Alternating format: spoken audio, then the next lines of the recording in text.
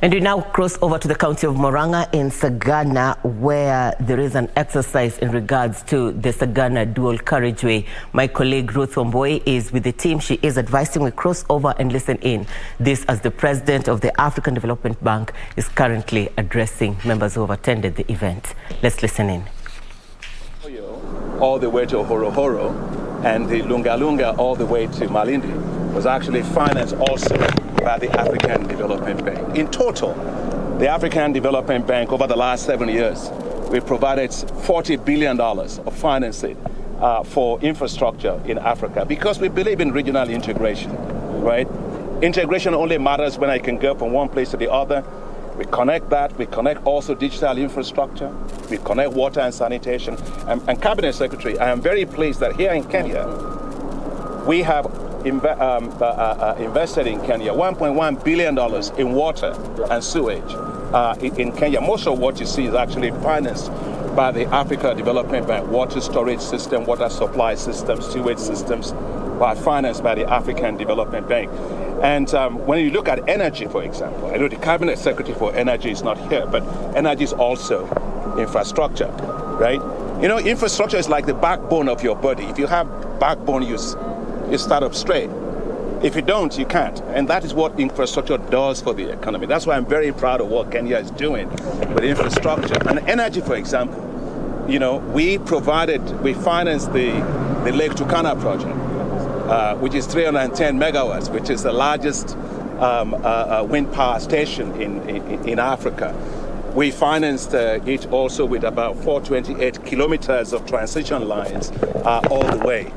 We also financed the Menengai geothermal development project. Now the Menengai is about 104 megawatts. And you know, and now you power your country with renewable energy. I'm very proud of Kenya's leadership when it comes to renewable energy. And one of the projects that I actually love the most is what we call the last mile connectivity project, which connects poor households to electricity. You know, I came here to see one of the projects, and I was amazed. There was a lady in front of me. Her name was Grace. And the Cabinet Secretary was behind me, and the Cabinet Secretary was talking to her. Do you know Dr. Adesina in front of you? She said, do you know the African Development Bank? She says, I do not know Dr. Adesina, President Adesina of the bank. I do not know the African Development Bank. All I know was that we once were in darkness, now we have light. Now, that is what impact really is. And I'm very proud that that last mile connectivity project has allowed about 2.4 million people to get access to electricity. So all in all, what I'm saying is that the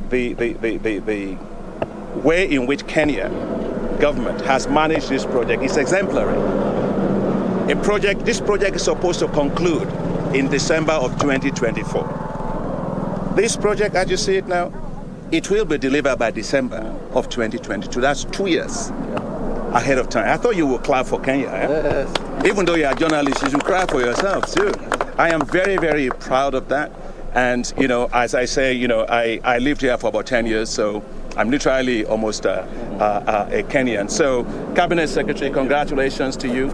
Congratulations to the Director General, to the Executive Director, your Executive Director here.